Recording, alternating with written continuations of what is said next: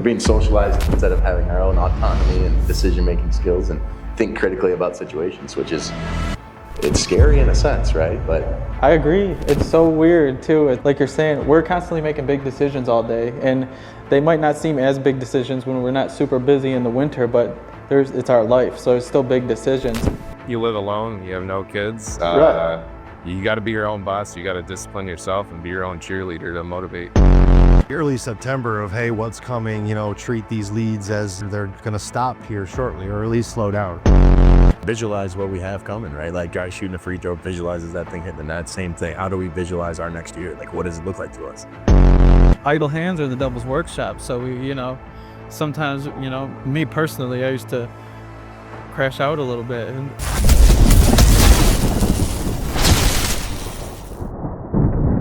All right, guys, so today I'm here with some of my teammates, and we're going to talk about something that every roofer, especially in the Midwest and the seasonal areas, go through, and that's, if you want to call it winter depression. I don't like to use that term because I don't want to have that negative presence around me. But it's a real thing, right? Like, I've been in this game for a long time. I mean, since I was like 18. And going through the summer and being busy, and then transitioning into the winter, and the way the weather getting dark early, the snow, slowing down financially, and keeping yourself motivated and your brain really free. And now I've really taught myself that this is the creative time for me. So when we get into these later months, and especially like January, February, where everything kind of freezes in Michigan here, what do I do with my time? And when I was installer, I would do installation and shovel off roofs and repairs and install heat cables and different things to keep myself busy. But now it's more of like, hey, this is my time to gain my sanity, do a lot of projecting, do a lot of figuring out my campaign, my budget, and everything that we're going to do for the year. And I really protect myself with that mindset of, hey, this is the time to really create and build without the phone ringing and everything going on around us. So I wanted to bring, we're all different. We all hold different positions. We all have different objectives as well as different titles. So I'm just gonna have a conversation with these guys and let you guys listen in on it, is how do they protect their sanity? And as you go through this and move through the seasons, what are some tips that you can help protect your sanity? So what do you guys think? yeah, from my perspective, I guess from a managerial perspective, my focus transitions. So during the season, we're peak, we're busy, we're running around, we're getting, we're in the field, we're in the office, we're picking colors, we're getting checks, we're doing all of the variables to get a roof replaced.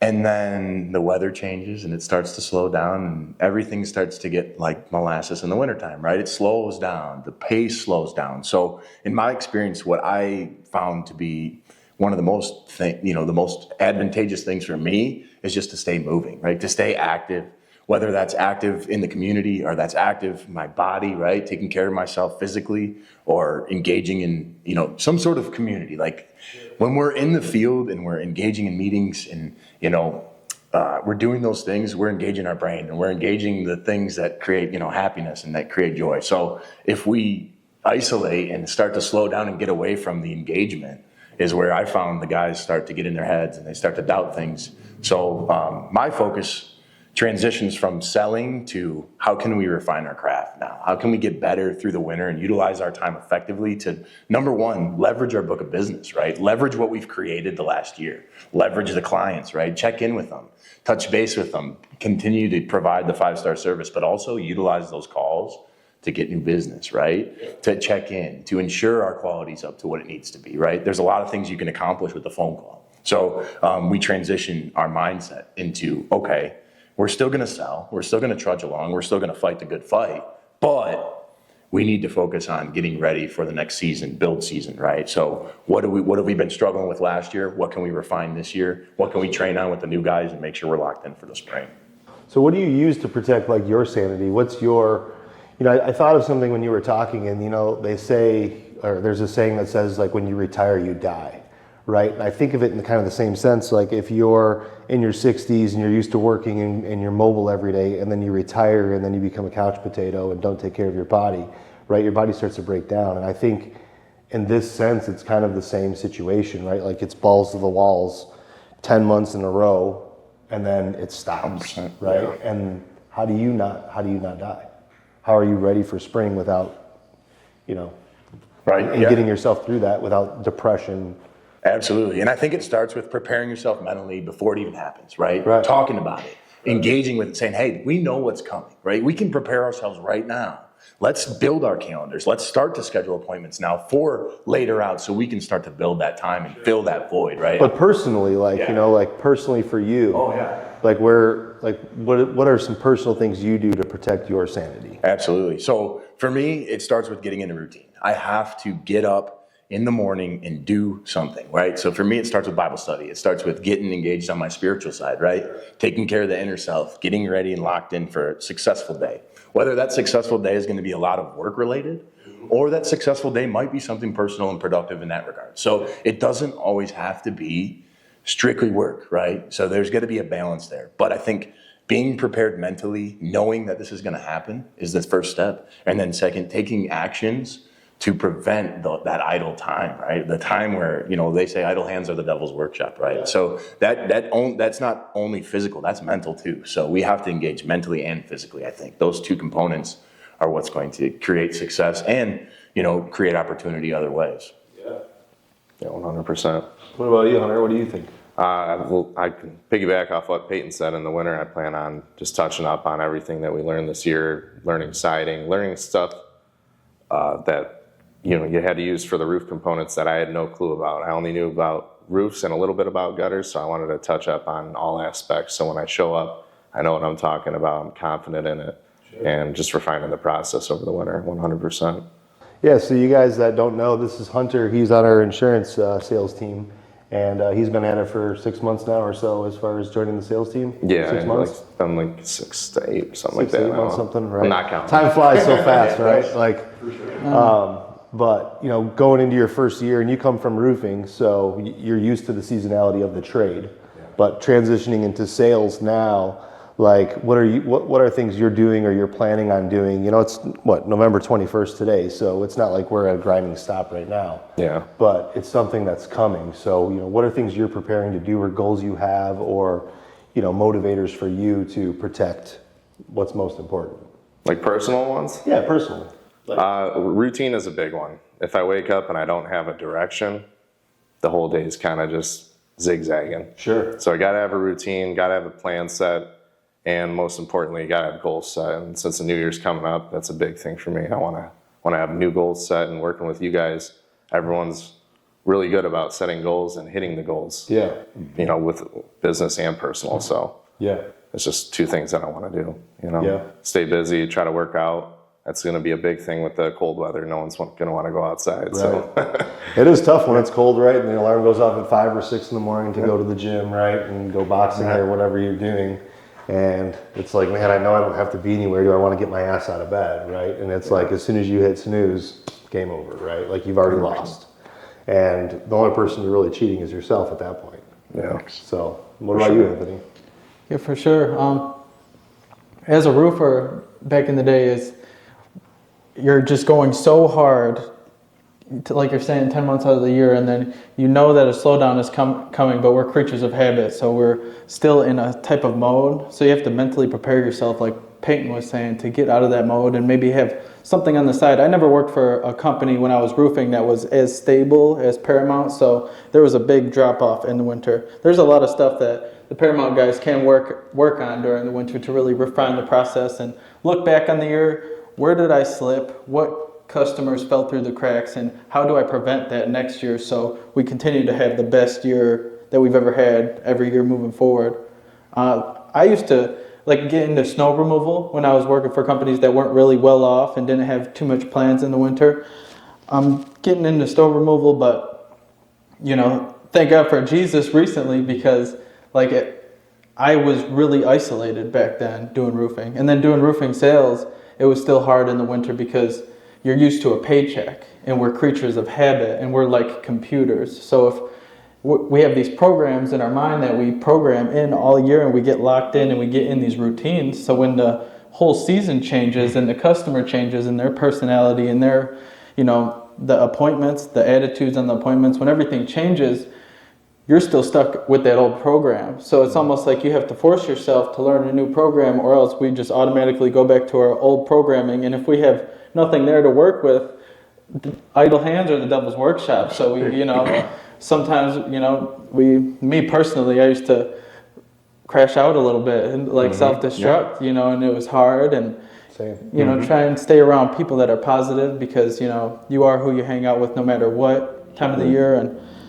keep growing too, and especially transitioning from like roofing to roofing sales. When you're roofing, you don't even have time for the gym, because you're constant cardio, 12 You're at the hours gym every day, right? Man, Cracking it. right? That's what I tell the guys. I was like, man, you get a free workout and a free tan. It's part of the job. Seriously, transitioning into the winter or roofing sales, if you don't force yourself to start making that habit, go to the gym, it ends up bad, and you get real hard on yourself, and they call it seasonal depression, but I don't want to speak or give life to that whatsoever either, because we just got to keep moving, man, Absolutely. Yeah, I think I don't remember what one of Grant Cardone's books, but I read it a while ago, and he was talking about white space in the calendar is the devil, right? Like if you don't pack your calendar with stuff, then it's very hard to stay, for most of us, it's very hard to stay on course. You start zigzagging, kind of like what you guys were saying is, I don't know, the calendar for me, like I protect my calendar with everything I have, because I know like, no matter what I'm doing, it's always in my calendar, so I can like be on schedule. But also that ritualistic thing of waking up to go to the gym, like that's kind of my thing, right? Like 100%. I want to push my body or my mind, even when I don't feel like it, to the end, to condition myself that, I've already beat myself, so you can't beat me now, right? I'm already stronger than I was an hour ago, right? But I do remember roofing, because I installed for 11 years, and going through this where, you end up saving $5,000, $10,000, and it's like, okay, I know I'm going through this no pay time or low pay time, and you save all your money just to deplete it all over the winter months, right? And then that sucks too, because it's like you try so hard, especially for the younger guys, you're trying so hard to like save that money, and then it kind of just like goes away, and that doesn't make you feel good either, Right, absolutely. And that's a dynamic, every young roofer goes through.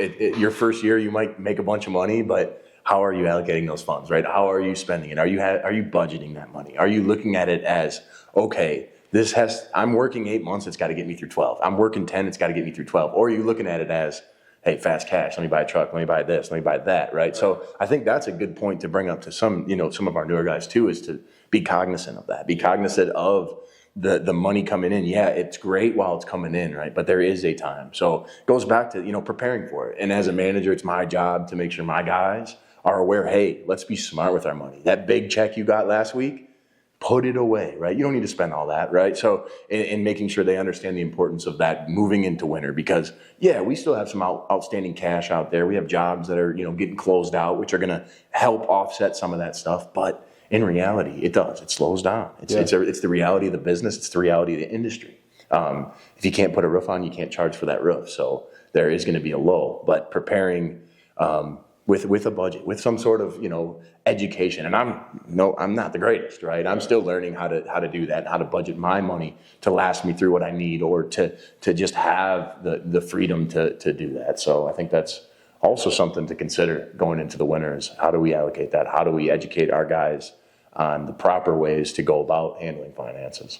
I think that's a huge point that you bring up. That's super important. And, I started talking to the retail guys about this like early September of, hey, what's coming, treat these leads as, they're going to stop here shortly, or at least slow down, right? Like I know it's bangering right now and your schedules are packed, but it's not going to stay like that forever. So if you need, talking to your people and making sure they know what's coming. And then, I offered to keep a part of their paycheck, whether it was 10%, 15%, 20%, or whatever they wanted, and then giving it to them at Christmas if that would help them out, right? Like, because it doesn't matter to me. I'll hold the money and right. You'll get it.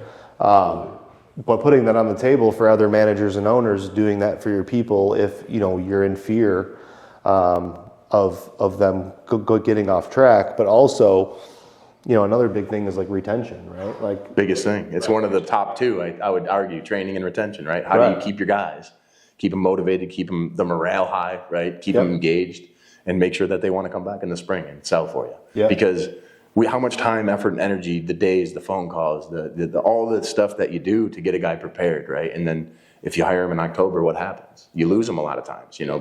I've been hiring and selling roofs for a number of years, and in my experience, it's extremely sensitive time. It's a time where we gotta, as managers, have balance and understanding with our guys, but also continue to push and put them in uncomfortable situations, whether that's with work or without work. We still have to engage them and get them working and feel like that they are still contributing to something, right, greater than themselves. So how do we do that? How do we get that out of them? It might not be through the roofs, but we can do it in other avenues for sure. Yeah, there's always something. I mean, really, there's always something to do, right? It's just like, do you want to like do it? Right. Like you two were saying is, wake up and do it.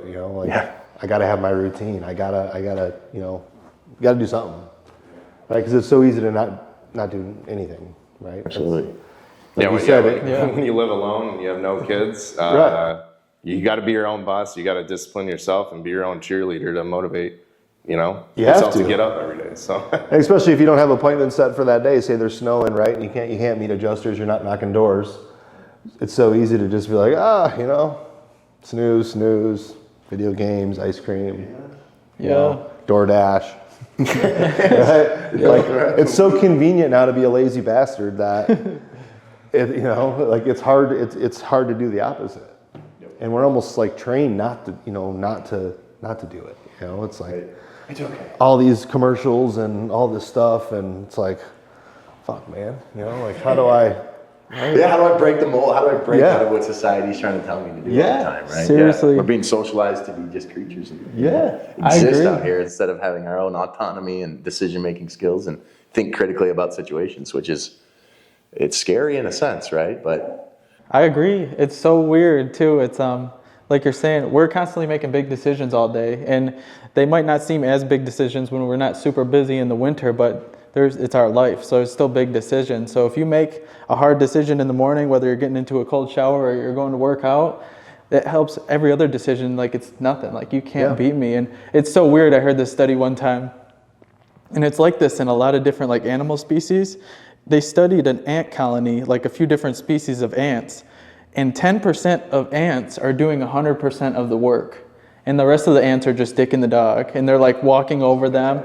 And I feel like that's how humans are too. I feel like, for sure. Personally, if you don't wake up and get to it, somebody out there that thinks kind of like you, and a lot of us are very similar, will take that energy out of thin air if you don't get up and go, Yeah. if you don't get it, someone else will. Man. Yeah. It's always a race, It's always a competitive landscape, and everything that we do and just the way we live. I think that's interesting about the ants, It's so interesting, man. It is true about us, though. I mean, most of us, what percentage of people pay 100% of the taxes? yeah. I hate to think about that after I just had a tax meeting yesterday. But Man. No, I watched this video yesterday. They were saying they put a pike in a fish tank, and they put all these other fish in there, and of course the pike attacked all the fish, killed them. And then they blocked off a section of the tank, and they put the fish over there, and the pike hit the glass a few times and then gave up and starved to death. And they were just saying, like, no matter how defeated you feel, it's, what you can't see, like, don't give up, because if you keep pushing, good things are going to come out of it. Absolutely. If you would have just waited a little longer, or not, thought he was going to starve, they would have lifted the glass up and he would have been fine. But he thought he was done for, and he couldn't see around the corner. So as much as like the seasonal depression that we're blocking out, when people get in that mode, you just got to think of what's around the corner. Work hard, get up every day, and be a better version of yourself, and good things will come.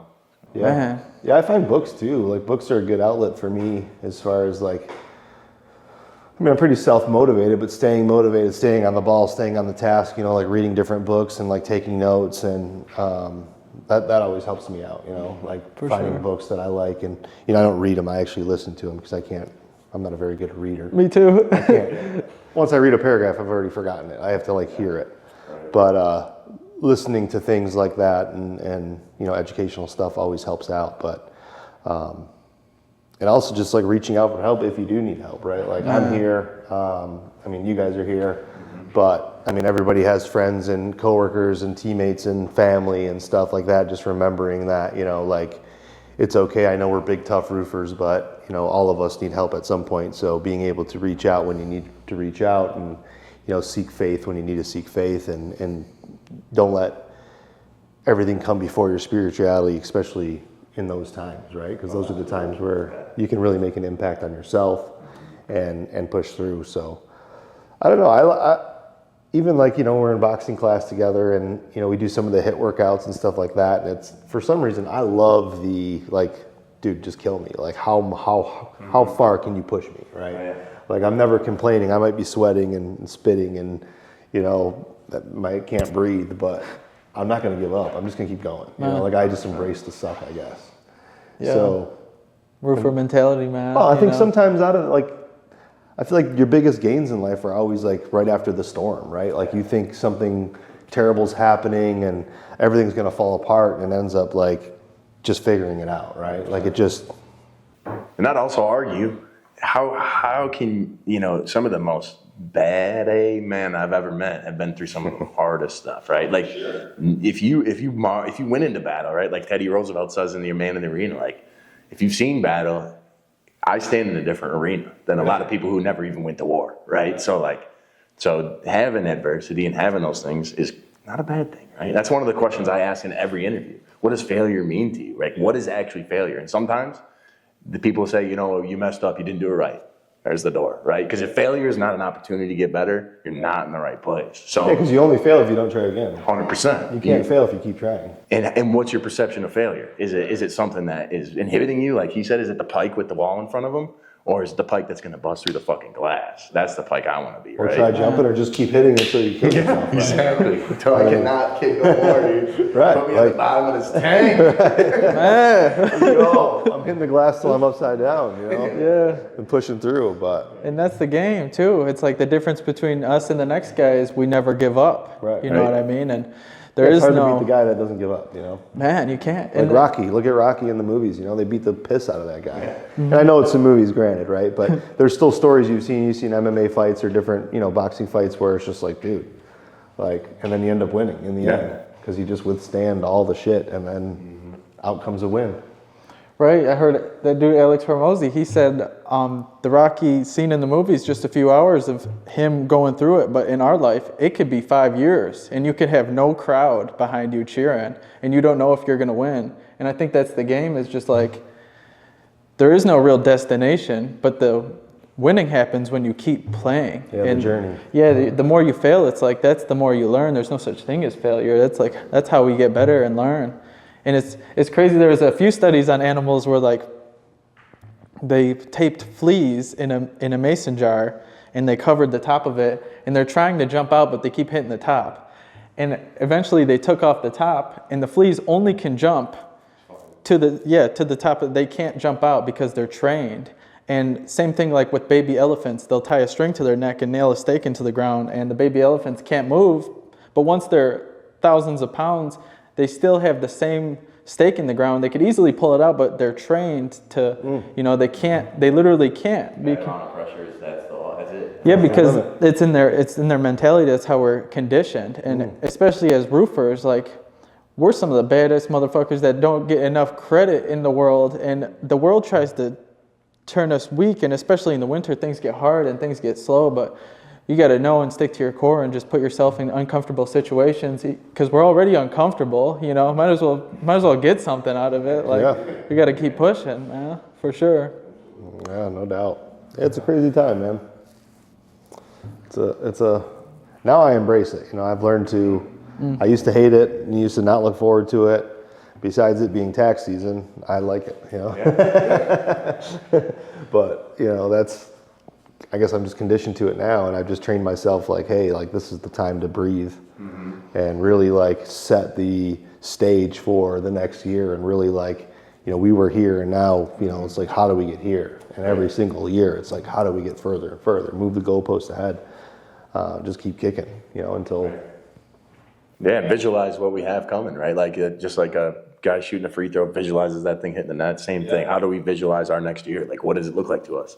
What do we want the numbers to be? What do we want our sales guys to be? How many guys do I want to hire, right? Like, a lot of time to... And at any level. I mean, that's what I'm saying. Absolutely. At any level, whether you're just starting as a laborer, you're in sales, management, owner, father, husband, wife, whatever, right? Like, what do you want it to look like next? Absolutely. Yeah. And protecting that and keeping those rituals and habits and creating habitual habits out of positive things. So, For sure. that's cool. That's all we got. And we were just sitting here having a little bullshit session, talking about that came up, and I was like, hey, let's just shoot a video and we'll just go in a room and just have a conversation about it. So hopefully you got some value. Is there anything else you guys want to share? Or? No, excited. Yeah, excited for winter. I mean, good opportunity to build relationships with the staff too. I mean, let a lot of time we can be in here together, like just like this. Like not a lot of time during, just cutting the breeze, hanging out with guys you might not normally, engaging with people that you might see in the sales process that you don't normally get to actually have a normal conversation with. So it humanizes the whole staff for us. It builds a personal relationship so that when you do something, it directly impacts them, but you also have a personal relationship with them so that it means something, right? Yeah.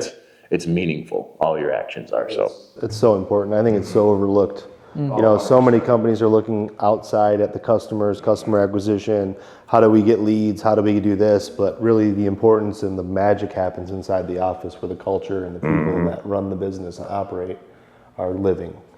So, 100%. We try to do a really good job at, we're always, together. We're taking, going places, doing events, team meetings, stuff like that. But Yeah, even in the meeting, just holding everybody accountable. We wrote down one of our personal goals and our professional goals, everybody in the company.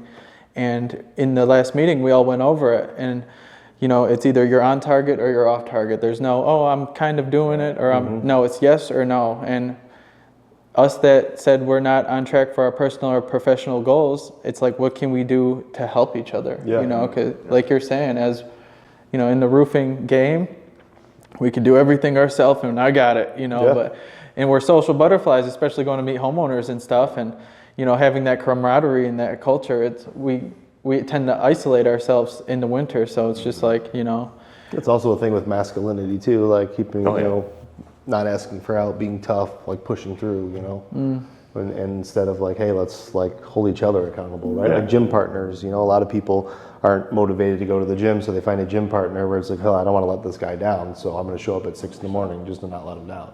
And then you end up getting into that habit where it's like, dude, I don't need you to come, I'm going to be here anyway. Yeah. That's what happened to me. That's how I got into it. Me too. I started going with a buddy, and then he got busy, and I just ended up going by myself, and now, that's just... it becomes party. It's been 6 years or something, and I haven't missed a week or whatever, Nice. So That's so true. Because if you don't have a tangible goal, how do you achieve something? If you don't know what you're trying to achieve, what do you, like you said, if you don't have a plan or a plan of attack, we talk about intent to our day every single day, right? Having like intentional action, it has to be intentional. No matter if you're brushing your teeth, like how many seconds are you doing, right? Are you brushing every single tooth, or you just get in the front that you like and moving on, right? That's not going to get all the bacteria in your mouth. You have to have an intentional plan to your actions. So it's like, are we moving through life like that, or are we missing everything? And I talk about with adjusters all the time. There's moments, impact moments, little moments, behaviors, things that you can pick up on or we can miss if you're paying attention or you're not, right? How we go going about the day? Are we intentional, or are we missing things, or are we actually paying attention? Right. Are you just on autopilot, or are you actually focused on the goal? Yeah. Then if you have a target, you could kind of reverse engineer it, and really write it down and put it in action. That's what I've learned from everybody, that's really made something of themselves, is just, if you don't have a target, you're just going to keep grinding your gears and burning yourself with no direction. Like you don't know if, you're going forward, but your goal might be over here and you're headed northwest, Yeah. Then it's the same amount of distance to get back to where you were in the first place. So getting clear on the goals in the winter. I'm Paramount's video guy, and I was 24 years old, and I heard this one quote that said, like, it's literally hard to teach an old dog new tricks. Like, after you're 25 years old, it's hard to learn a new skill or create new habits unless you go through like trauma or you're going through a hard time or something like that. So I started teaching myself videography, and it was devastating for like a year and a half just because of the learning process of, that's the thing about failure is like, even if you suck, even if we have time in the winter, so this is the time to learn a new skill and really work on our spirituality and work on the things that we've been putting on the back burner, and it's going to suck at first, and it always sucks at first, and that's a part of the game. So embrace the suck, you know, embrace and the suck, baby. that's how we get better, and we end up somewhere where, you know, our value is worth what we already know it's worth, you know, and then God will put the people in your life that see you as you know you are. And I think Kanye West said it one time. He's like, if you don't surround yourself with people who know who you are, you'll forget who you are, you know? And the Bible says bad company will corrupt good character. It doesn't matter how good your character is or how much you could do, you know? So yeah, we got to stick together. If anybody has any other tips that help them get through the winter, yeah, please comment on the video, and Yeah. for sure, we'd love to talk about it. Good stuff, man. Well, like I said, I hope you got some value out of this in one of our conversations. We'll continue to get a little bit deeper into it, but that's all I got. Thanks, boys. See, that's how we do it, man. That's how we do it.